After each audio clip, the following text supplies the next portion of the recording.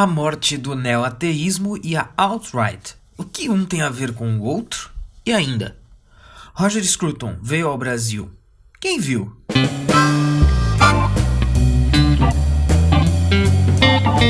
Eu sou André Assi Barreto e seja bem-vindo a mais um Oliver Talk. Hoje a proposta é falar sobre dois assuntos, com mais ênfase em um do que no outro. A morte do neo-ateísmo e uma possível relação entre ele e a alt-right. E também um breve comentário sobre a visita de Sir Roger Scruton ao Brasil. Antes de começar, não se esqueça de assinar agora o podcast Oliver Talk, escrito tudo junto, facilita a sua pesquisa se você escrever Oliver Talk tudo junto, no Spotify, no iTunes, no SoundCloud e no Deezer, ou no seu aplicativo de podcast favorito da Google Play ou da Apple Store. Caso esteja ouvindo pelo YouTube, não se esqueça de se inscrever no canal e ativar o sininho para as notificações. Então é o seguinte, meu caro ouvinte, eu quero fazer aqui um relato e uma comparação que talvez não seja clara mesmo para quem sabe logo de cara o que eu estou falando quando eu estou falando de neo-ateísmo, quando eu estou falando de alt-right. Talvez a relação entre os dois não esteja clara. Na verdade, eu vou defender que essa relação nem existe, mas não é esse o ponto. O fato é que essa relação foi traçada e eu vou tentar desmembrar as partes dessa teoria e dizer por que ela é interessante e por que ela é importante. Então veja bem, tudo começou para mim, eu estava ouvindo um podcast do filósofo, o podcast do filósofo americano William Lane Craig, o Reasonable Faith, e lá ele citava um artigo que está aqui comigo, de um cientista e divulgador da ciência, blogueiro e esquerdista, chamado P.Z. Myers. O P.Z. Myers não é uma figura lá muito famosa, mas também não é um cara desconhecido, é um biólogo evolucionista, um militante ateu e também um sujeito de esquerda. E num artigo, nesse podcast do William Lane Craig, ele cita um artigo do P.Z. Myers, onde o P.Z. Myers decreta a morte do neo-ateísmo e a relação entre o neo-ateísmo e a alt-right, e por que o P.Z. Myers não quer ter mais nada a ver com o neo-ateísmo e porque ele acha uma boa que o neo-ateísmo tenha morrido. Então vamos lá. O que acontece? Então vamos por partes. Primeiro, o que é o neo-ateísmo, para quem não sabe, ou para quem sabe, mas não lembra, ou não é um assunto de especialidade. O neo-ateísmo foi um movimento de retomada do ateísmo, como o próprio nome diz, mas que surgiu num contexto muito específico. Ele surge basicamente a partir do 11 de setembro. Né? O livro que eu considero o inaugurador do neo-ateísmo se chama A Morte da Fé, do filósofo e neurocientista americano Sam Harris. O Sam Harris é um cara muito ativo ainda hoje, não mais dentro do assunto ateísmo, que realmente se tornou over, mas dentro de outros assuntos. E a partir de e o próprio Sam Harris diz isso nesse livro. Esse é um livro que eu tenho, é um livro que eu li. Eu vou falar um pouquinho da minha relação pessoal com esse tema do neo-ateísmo daqui a pouco. O próprio Sam Harris diz textualmente nesse livro que o que o motivou a escrever foi o atentado do 11 de setembro. Né? A partir daquilo, ele se sentiu motivado a escrever livros sobre o fundamentalismo religioso e sobre a maldade da religião, como a religião é uma coisa terrível que precisa ser abolida do mundo e que como as mentes científicas podem trabalhar pela abolição da religião.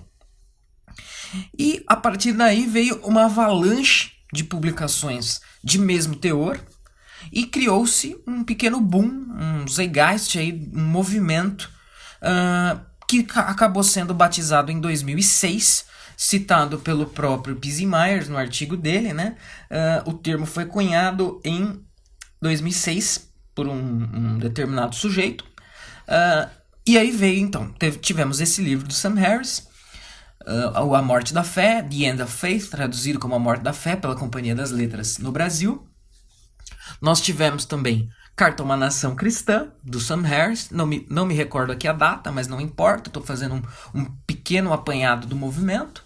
E como muitos devem saber, o Sam Harris não é a figura mais famosa. Eu diria que ele é o terceiro, pelo menos ao longo do movimento de relevância do neoateísmo, ele era a terceira força. Embora hoje ele seja o único que sobrou e que ainda fala nos círculos culturais com alguma relevância.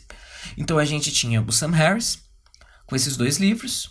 Nós tínhamos o Daniel Dennett, filósofo da mente, bastante importante no campo da filosofia da mente, que escreveu um livro Quebrando o Encanto, que eu também tenho e li. E o Daniel Dennett, ele sempre foi o mais low profile dos 4. Foram grandes 4 nomes dentro do neoateísmo. Existiram outros, mas os 4 maiores são os que eu vou citar e que formaram os chamados 4 cavaleiros do ateísmo, né? Existe até um documentário com esse título, em que os 4 se juntam lá e começam a discutir o fim da religião, quando que a religião vai acabar, etc, etc. Então nós temos o Sam Harris, que eu já citei com esses 2 livros, o Daniel Dennett, com esse livro especificamente. O Dennett sempre foi o cara mais low profile e sempre foi o cara mais cabeça, mais inteligente de fato do grupo, diria eu. Isso é uma perspectiva pessoal, mas é o cara que sempre manteve um pé um pouquinho mais na seriedade e menos no histrionismo e no antirreligiosismo barato, né? Uma coisa rasteira. Então nós tivemos o Daniel Dennett, o Sam Harris, e o Daniel Dennett ainda está vivo, ele já está bem velhinho, mas ele ainda está vivo e também já abandonou esse debate. Nós tínhamos o falecido Christopher Hitchens, jornalista, dos mais histriônicos, dos mais agressivos. Ele escreveu o livro Deus Não é Grande, Como a Religião Envenena Tudo, o qual eu também li. E nós tivemos aí provavelmente o mais famoso, que foi o Richard Dawkins, o biólogo, né? Biólogo britânico, autor do Gênio Egoísta. Já era conhecido por causa do livro O Gênio Egoísta. Fez ciência de fato um dia, mas esse dia já está muito, muito distante, remonta à década de 70. E o Richard Dawkins escreveu o livro, o mais famoso de todos, a Bíblia dos Neo-Ateus, a Bíblia do Ateísmo Moderno, que é O Deus, um Delírio, né? Esse livro eu também li, e eu não tenho mais, eu emprestei para uma pessoa que não fala mais comigo hoje em dia, então ela não vai me devolver, mas eu também não faço muita questão. É um livro bastante pobre, eu diria. Hoje eu posso dizer isso com toda tranquilidade. Então, isso foi o neoateísmo, esses foram as 4 principais mentes do neoateísmo.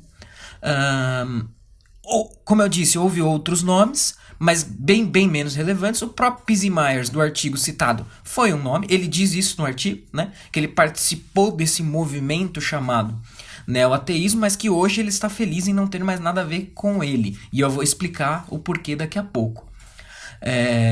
E basicamente nós temos isso. Eu quero destacar aqui uma coisa muito importante para a gente compreender o restante do sentido do podcast.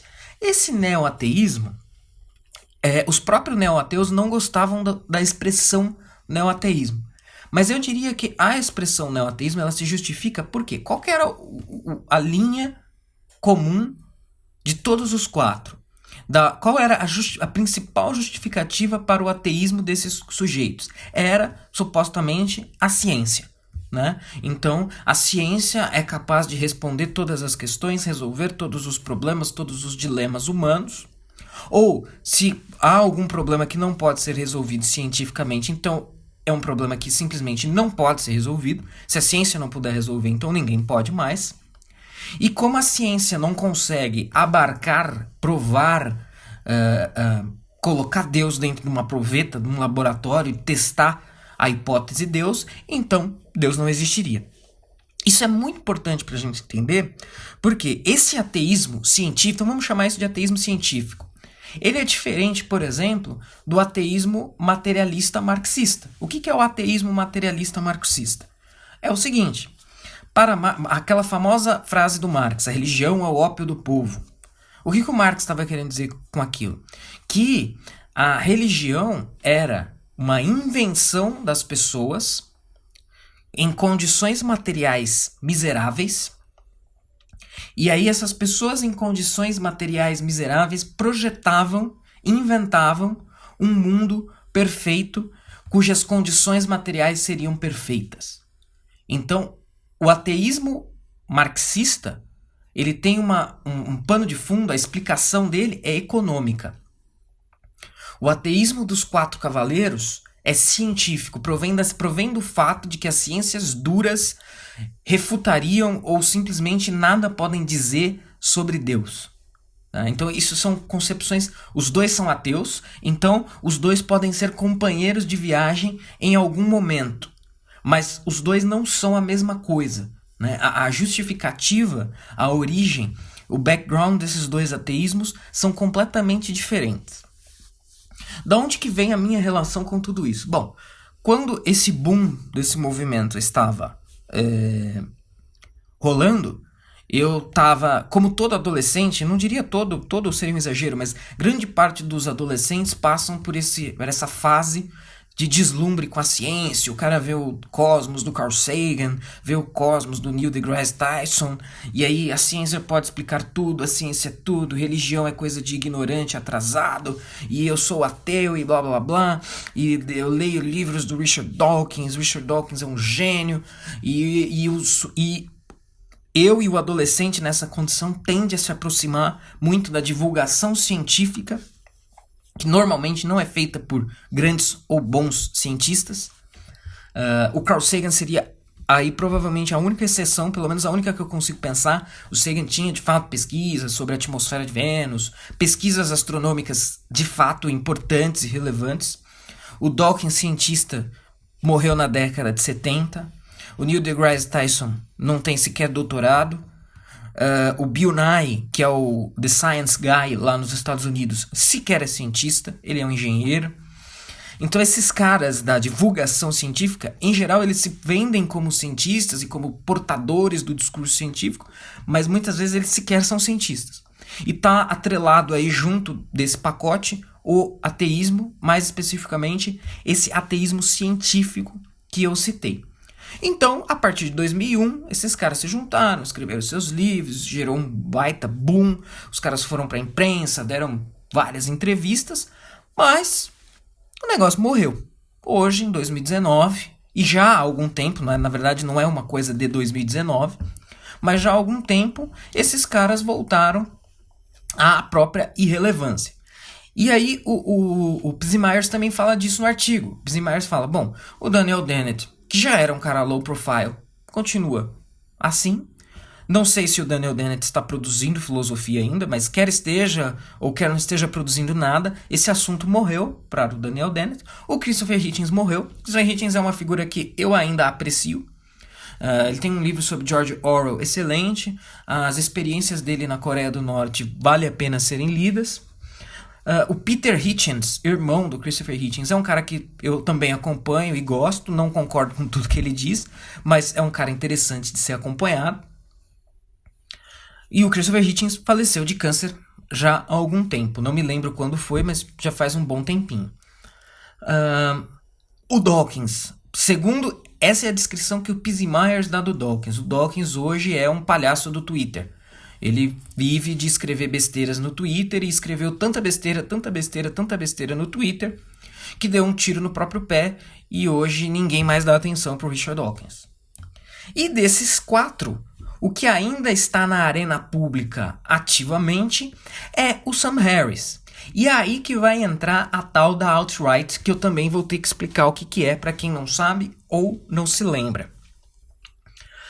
E depois eu volto no porquê o P.Z. Myers joga o Sam Harris na alt-right. Então, o que é alt-right? Alt-right é um fenômeno bastante mais recente que o neoateísmo.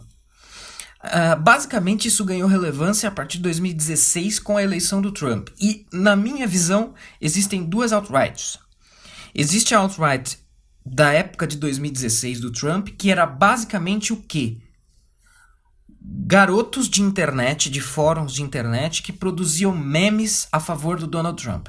Sapo Pepe, essas coisas todas. Eram basicamente o que? Era uma militância de internet, sem muitos pudores, sem muitas... O que diferenciaria a direita da direita alternativa, a right da alt-right. Seria isso.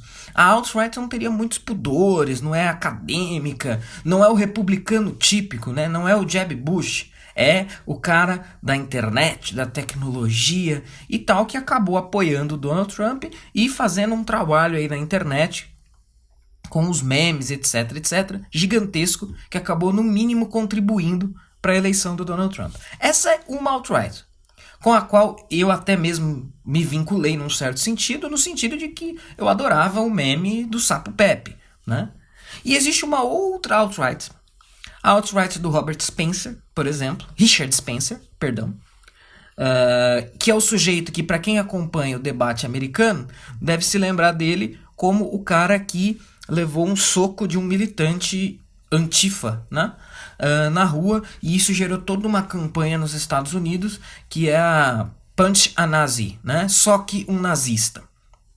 Pois bem, e a alt-right do Richard Spencer é a esquerda identitária com o plug virado, né? Então, se a esquerda só consegue enxergar identidades grupais, negros, gays, mulheres, eventualmente até ateus, mas isso já saiu de moda, como a gente está conversando, a alt-right só consegue ver identidade étnica, no caso, os brancos, né? Eles enxergam tudo pela chave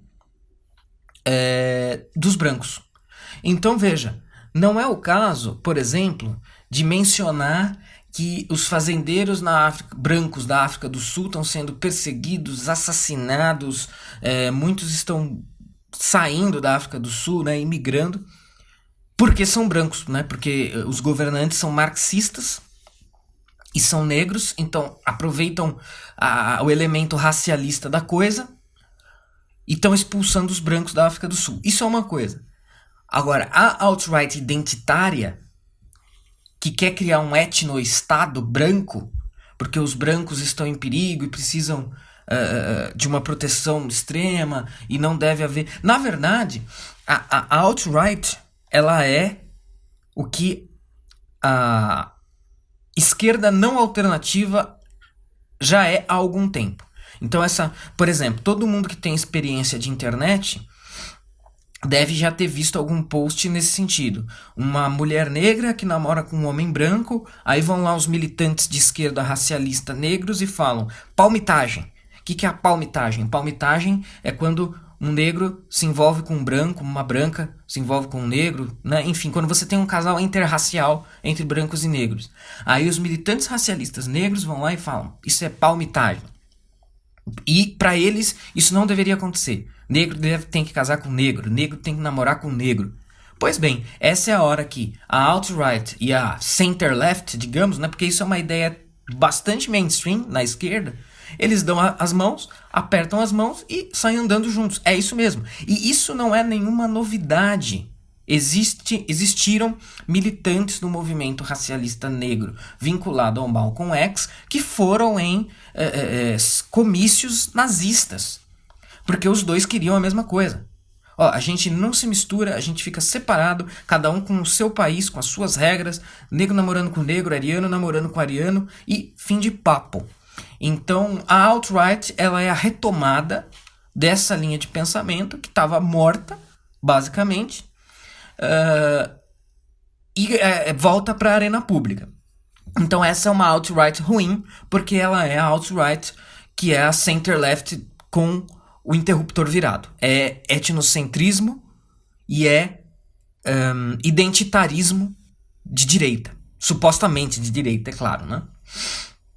Pois bem, então existem essas duas alt-rights, pelo menos eu enxergo dessa maneira. A dos memes, que é muito legal, e essa que quer um etno-estado branco, que não é em nada. A única diferença, claro que o esquerdista radical vai negar isso e vai falar que essa alt-right identitária é o retorno do nazismo, o nazismo voltou, meu Deus, mas não é nada disso. Na verdade, é só uma roupagem de não esquerda, supostamente, para ideias que a esquerda está vendendo aí há bastante tempo, ou seja, como eu disse, ideias bastante mainstream dentro da esquerda.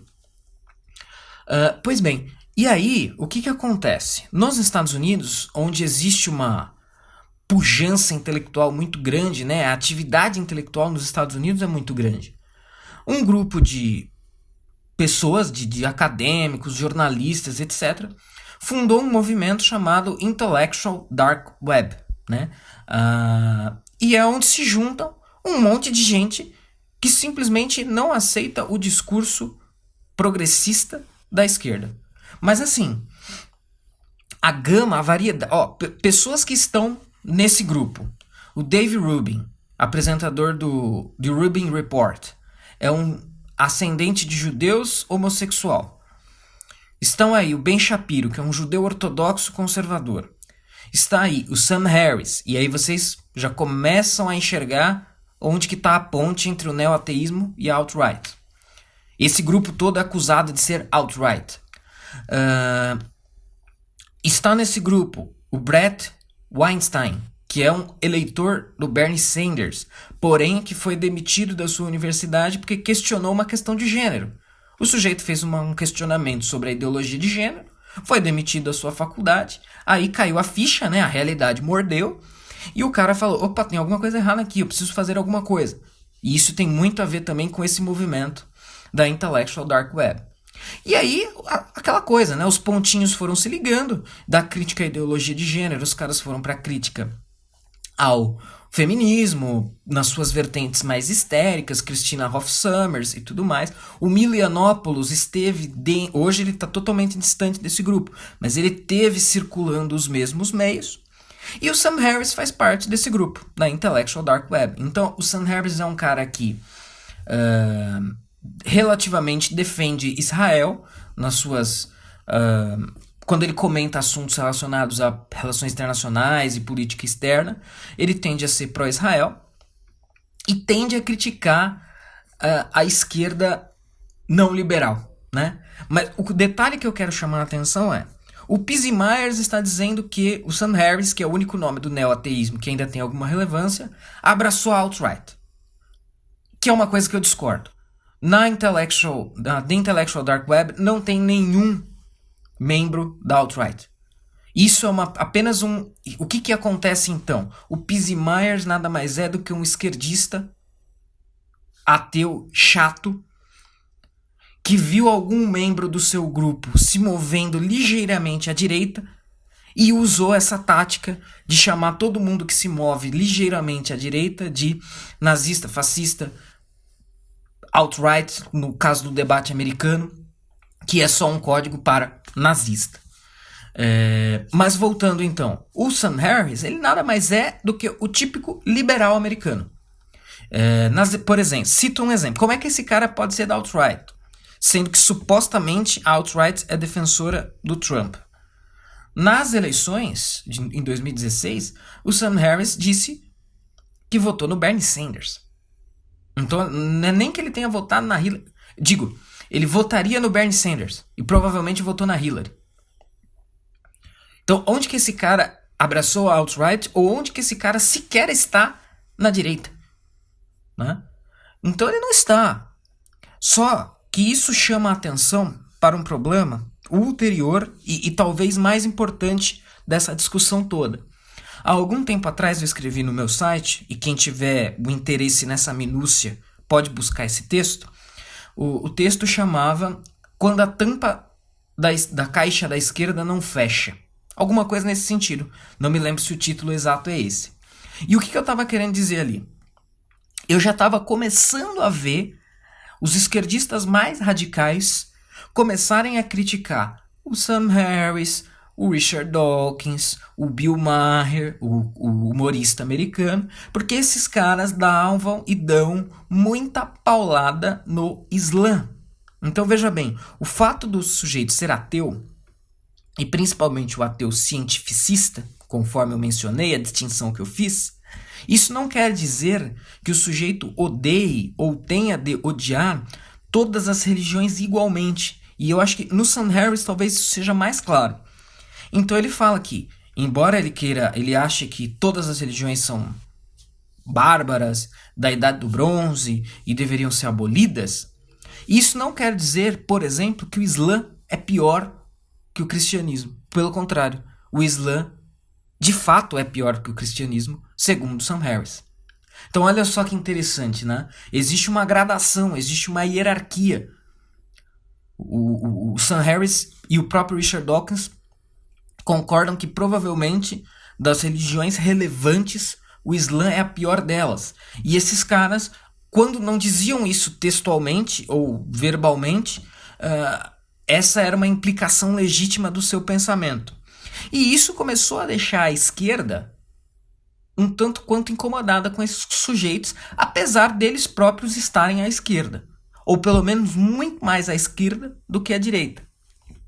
E isso nos diz uma coisa muito importante, que é isso que eu falei, quando a tampa da esquerda começa a não fechar.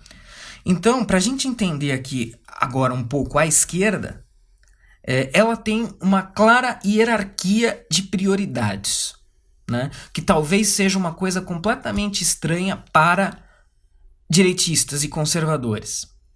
Então, na esquerda, veja bem, a esquerda tem algum compromisso com o ateísmo? Sim, tem. A gente sabe que, em geral, a esquerda é anticristã e antirreligião como um todo.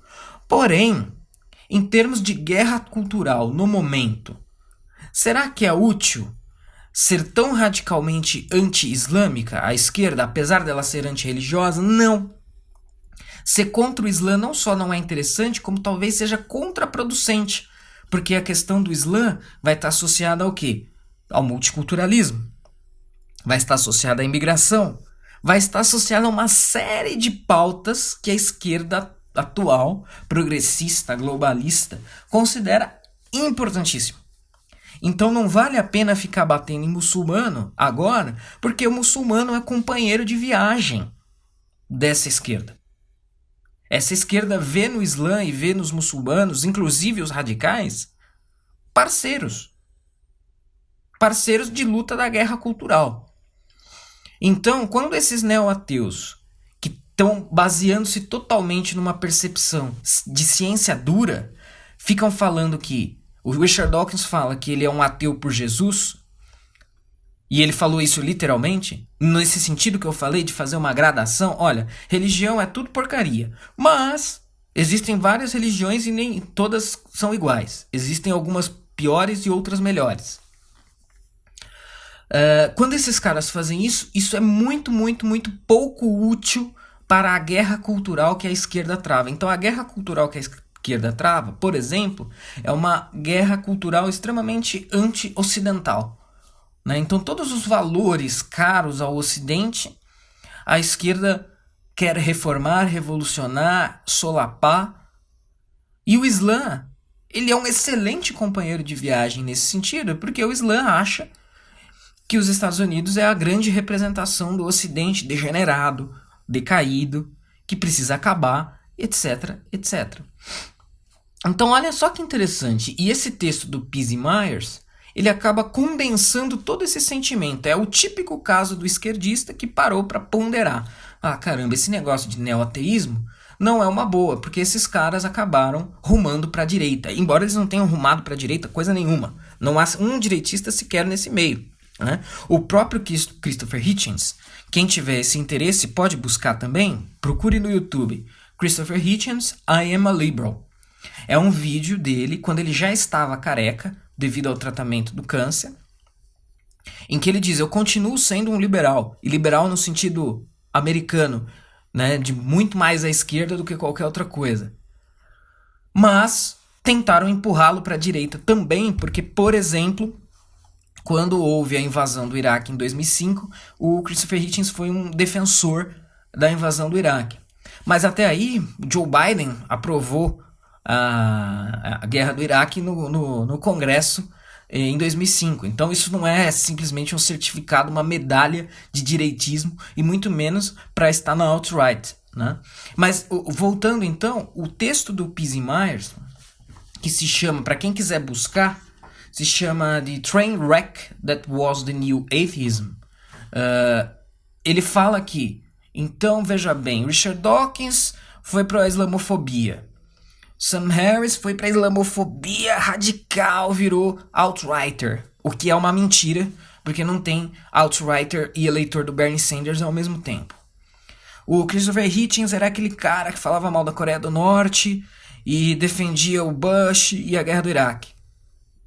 E, portanto, todos direitistas, e eu não quero nenhuma relação com isso. Mesmo que eu continue sendo ateu, mesmo que eu continue tendo alguma coisa a ver com esse movimento que foi o novo ateísmo, eu prefiro fechar a conta, passar a régua nessa coisa toda, porque eu não quero nenhuma vinculação com esses caras que estão 2 milímetros a mais à direita do que eu. Então isso é muito interessante para a gente entender a esquerda de um ponto de vista da guerra cultural. Esses caras, o ateísmo não está bem longe do topo de prioridades. Uma aliança com o Islã é muito, muito mais interessante, e esse é um ponto criticado pela Intellectual Dark Web. Então imagina, você tem Ben Shapiro, você tem Dave Rubin, você tinha Milo Yiannopoulos, ou seja, você tem aí 2 homossexuais, 3 descendentes de judeus. Esses caras sabem muito bem o que é o Islã radical. E eles não querem ter nada a ver com isso, e eles querem expor as mazelas do radicalismo islâmico. E isso para a esquerda é um crime. Eu diria que a aliança com o islamismo está no top 3 das prioridades de uma agenda da esquerda revolucionária do momento. Então, quando esses neo-ateus, apesar de serem ateus, então você, no primeiro momento, ateu, opa, pode ser um companheiro de viagem. E ateu islamofóbico, então não serve. O que também é uma contradição, porque se o sujeito é ateu, ele de fato odeia todas as religiões. Por que ele não odiaria o Islã? Por que a gente teria um ateu amigo do Islã? Não faz o menor sentido, né? Mas a rejeição, então, ao neoateísmo, a pá de cal, o fechamento do caixão por esse membro mais de segundo escalão, terceiro escalão, que é o Psi Myers, do neoateísmo, se deu devido à vinculação desses sujeitos supostamente com a alt-right.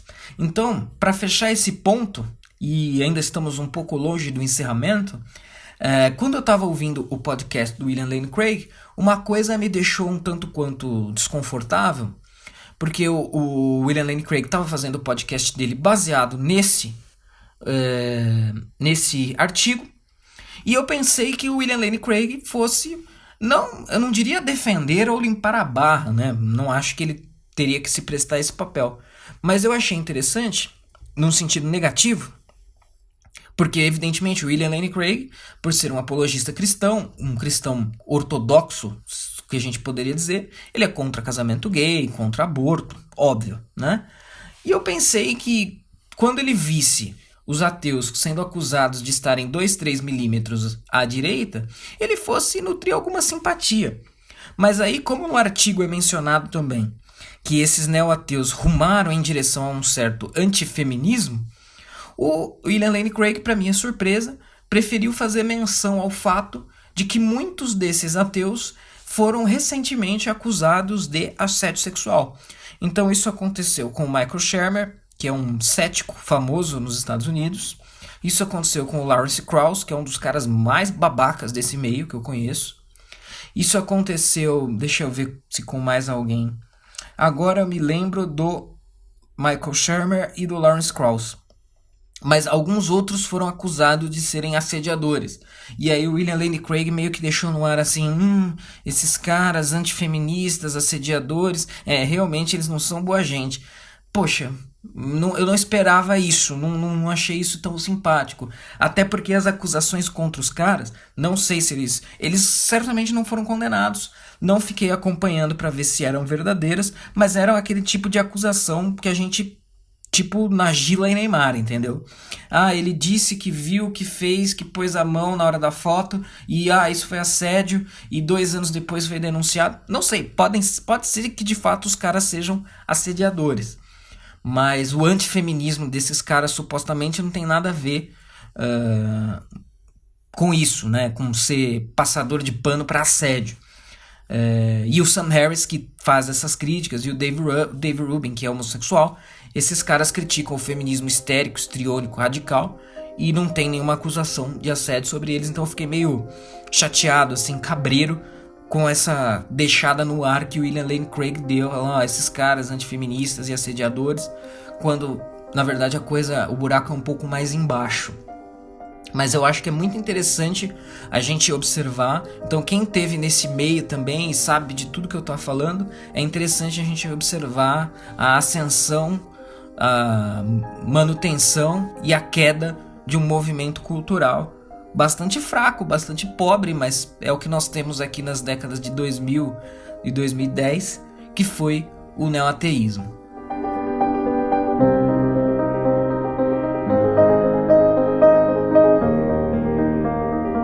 Bem, meu amigo do Oliver Talk, conforme prometido também, um podcast diferente. A gente está tentando sempre algumas inovações em que é comentado 2 assuntos.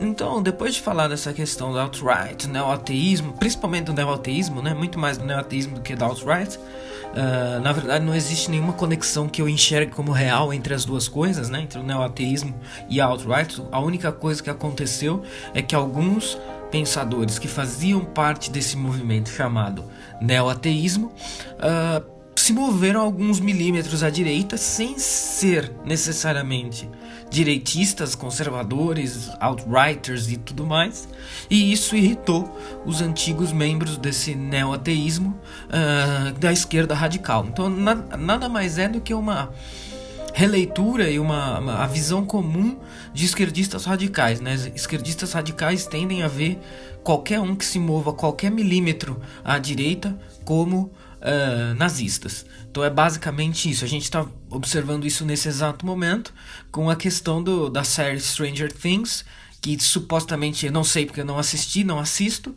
mas que colocou um contexto onde a União Soviética é criticada.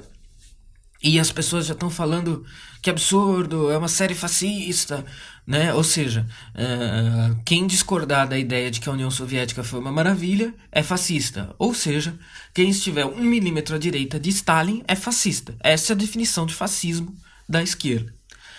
Mas a gente quer comentar aqui agora para você a primeira visita do Sir Roger Scruton ao Brasil, filósofo conservador inglês, popularizado aí recentemente.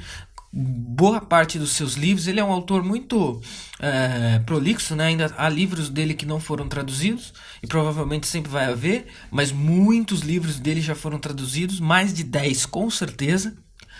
Ele esteve no Brasil recentemente, principalmente para participar de um evento já com alguma tradição, que é o Fronteiras do Pensamento, que sempre traz alguém de grande nome, né? Já trouxe o Dalrymple, já trouxe o Steven Pinker, salvo engano, já trouxe aí diversas pessoas renomadas no meio internacional, e esse ano quem veio foi o Roger Scruton. Eles se apresentaram em Porto Alegre e São Paulo, junto com outros nomes, todos os outros nomes bem do mainstream cultural e, portanto, da esquerda. Só o Roger Scruton, que era a voz destoante. E os ingressos para esse evento são caríssimos, né? Chegam a R$1.500, R$2.000. Então, meio que inviabilizou aí a possibilidade da grande maioria dos leitores do Scruton irem a esse evento, que além de ser um evento majoritariamente de esquerda, é muito caro. Mas é muito importante, muito sintomático, né? O Scruton vir ao Brasil. Eu nem vou me ater tanto à questão de cobertura, que praticamente não existiu, né? Eu sei de uma matéria que saiu na Folha, uma entrevista que até muita gente deve ter visto, porque foi quando foi dito que o Scruton diz que pessoas de esquerda não são normais. E o destaque da entrevista foi para isso, foi para a Folha de São Paulo. Depois o Scruton foi entrevistado pelo Eduardo Wolff no Teatro da editora Realizações, que é a principal editora que publica os livros do Scruton no Brasil. E eu não sei se isso já gerou a entrevista no Estadão ou se ainda vai gerar. Se não apareceu, deve aparecer muito em breve. Eu queria dar um destaque agora pessoal também, né? Provavelmente a grande maioria das pessoas teve seu primeiro contato com o Roger Scruton por intermédio do documentário Why Beauty Matters, né? Porque a beleza importa, da BBC. I'm Roger Scruton, philosopher and writer. My trade is to ask questions. During the last few years, I have been asking questions about beauty. De 2007, 2008 ou 2009, não me lembro exatamente, mas é mais ou menos dessa época. E eu também conheci o Scruton por meio daí. Assistir esse documentário foi um divisor de águas para mim, porque eu já sentia o que ele dizia ali, só que eu não fazia ideia. Nessa época eu ainda era basicamente um adolescente.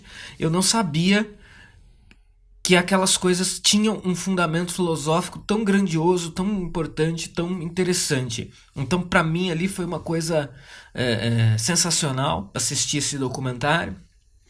E depois eu trabalhei muito pela divulgação desse documentário e do próprio Roger Scruton no Brasil, né? Chegou a acontecer uma coisa muito curiosa, né? Eu escrevi um artigo para uma revista de divulgação científica sobre as concepções estéticas do Roger Scruton, e numa determinada aula eu pedi um trabalho sobre estética, enfim, citei o documentário e tudo mais. Pedi um trabalho para os meus alunos, e aí aconteceu uma coisa muito engraçada, que uma aluna plagiou o meu próprio artigo, né?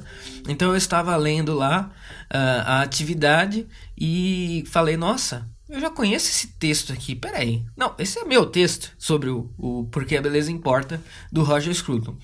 E é claro, eu não fui o único a fazer isso, não estou querendo dizer que eu fui nem o primeiro, nem o único a fazer, mas apenas que eu colaborei com a divulgação da obra e pensamento do Roger Scruton no Brasil, e depois veio uma avalanche de publicações de livros aí, principalmente pela Realizações, mas também pela Record, as duas publicando livros do Roger Scruton. E tem uma outra editora também que publicou Confissões de um Herético, não me lembro agora qual é a editora, mas não são as duas únicas, não existe um monopólio da obra do Scruton no Brasil.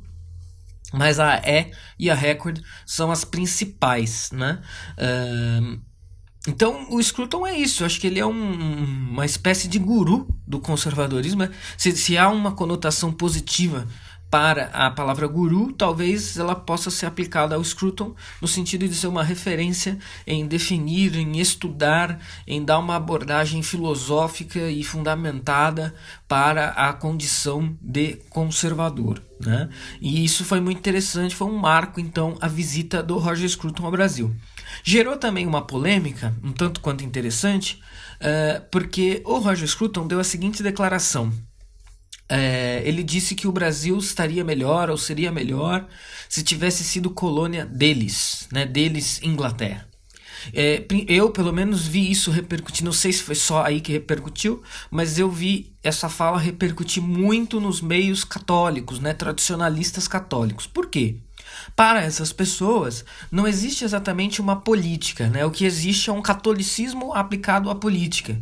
Então não tem conservadorismo, não tem liberalismo, óbvio, não tem comunismo, não tem socialismo, não tem nada disso, porque no fundo o que existe é catolicismo. Para essas pessoas, se você perguntar para elas qual é a posição política delas, a resposta correta para elas é católico. Veja, eu estou descrevendo o fato, não estou julgando o fenômeno, muito pelo contrário. Então, esse já é o primeiro problema que alguém assim pode ter com o próprio Roger Scruton, né? Então a concepção conservador serve tanto quanto a concepção socialista, liberal, comunista. É um posicionamento político não católico, moderno, que não se aplica a um tradicionalista católico. Então esse é um primeiro ponto. E o segundo ponto foi ele dizer essa questão da colonização, né? Que se o Brasil tivesse sido colonizado pela Inglaterra, ele seria melhor, e aí provavelmente seria protestante, o que também é um ponto problemático para quem está analisando desse viés que eu citei, e também porque isso implicaria numa crítica à herança ibérica que impera no Brasil, que também é uma herança vista com muito bons olhos por esse grupo de pessoas, até mesmo porque o catolicismo brasileiro vem daí, né? Vem da herança ibérica, lusitana, que compõe o Brasil. Porém, eu interpretei isso de uma outra maneira. Eu interpretei como Roger Scruton dizendo o seguinte: se vocês brasileiros estão tão interessados pelo conservadorismo inglês, seria mais interessante vocês terem sido colônia na Inglaterra, porque aí você já teria os costumes, pelo menos uma base, né, a ser emulada, copiada e posteriormente conservada. Eu entendi a fala do Scruton nesse sentido. Quem tiver esse interesse pode buscar uma entrevista mais antiga do Roger Scruton. E ele é perguntado para ele o seguinte: o que você tem a dizer para conservadores brasileiros? Ora, eu acho que vocês devem buscar suas raízes e conservá-las. O Roger Scruton diz isso como uma recomendação para conservadores brasileiros. Então, que sentido faria o sujeito que disse isso dizer que nós deveríamos ter sido colônia da Inglaterra? Não faz muito sentido, a não ser que ele esteja querendo dizer o seguinte: bom, já que vocês gostam tanto do conservadorismo inglês e querem tanto copiá-lo, aplicá-lo, implementá-lo, neste caso teria sido melhor o Brasil ter sido uma colônia da Inglaterra. Mas o Roger Scruton em nenhuma medida ele está propondo, até porque isso seria uma proposta revolucionária, né? Um país que é todo calcado numa herança ibérica, querer ser um país que emula o conservadorismo inglês, isso não seria uma conservação, isso não seria uma manutenção, mas isso seria uma cisão e uma revolução para implementar isso tudo. Então, não acredito que o Roger Scruton incorreria num erro tão simplório. Isso é coisa dos seus intérpretes que viram nessa fala dele uma agressão às heranças brasileiras, mas eu não enxerguei dessa maneira. Acredito que a visita dele foi muito positiva. Quem teve o privilégio de assistir ao evento, me parece que ele falou um pouco sobre o sentido da vida, sobre perspectivas da filosofia para esse assunto. Confesso que eu não sei. Confesso também que não me interessa muito o que ele disse nesse evento, porque eu acho que é um evento muito biônico. Não é do meu interesse. Eu só iria e só pagaria esse valor elevadíssimo realmente se eu tivesse dinheiro sobrando. Mas assim, se eu só fosse muito rico, tivesse literalmente dinheiro sobrando. Do contrário, valeria muito mais a pena. Acho que vale muito mais a pena guardar e aí por um aninho dinheiro e vá para a Inglaterra e veja o Roger Scruton lá. Vale mais a pena do que dar dinheiro para esses caras do Fronteiras do Pensamento. Então essa é a minha postura. Mas as entrevistas e essa pequena polêmica, vejam, é uma polêmica, é uma pequena polêmica, porque no meio em que isso surgiu é um meio muito pequeno, né? E bastante pouco relevante do ponto de vista de atenção geral. É claro, não estou falando que esse grupo de pessoas não seja relevante, os tradicionalistas católicos, muito pelo contrário, tenho amigos que compõem e tenho diversas simpatias ao movimento, embora eu rechace pontualmente algumas coisas. Então esse foi o resumo a respeito da visita de Roger Scruton ao Brasil. É o seguinte: acompanhe o Oliver Talk nas redes sociais. Estamos no Facebook e Instagram, sempre buscando por Oliver Talk tudo junto, tá? Então na hora de buscar nessas redes, escrevam Oliver Talk tudo junto. No Facebook é Oliver Talk com Y. Então, em vez de I no Oli, é Y. Aí você acha a página do Oliver Talk e curte lá. E essa é a história do princípio, meio e fim do neoateísmo, da ateusada esquerdista chorando as pitangas, porque os nomes do neoateísmo que sobraram estão associados com a direita. E também a história da visita de Sir Roger Scruton ao Brasil, certo? Não deixem de acompanhar nas redes sociais. Basta procurar por André Assi Barreto no Facebook e no Twitter. Então, se você quiser me encontrar especificamente, basta você digitar André Assi Barreto no Google, no Twitter, no Facebook, né? Lembrando que Assi é A-S-S-I. E assim você me encontra nas redes sociais para me acompanhar e prestigiar o meu trabalho. Muito obrigado e até a próxima semana.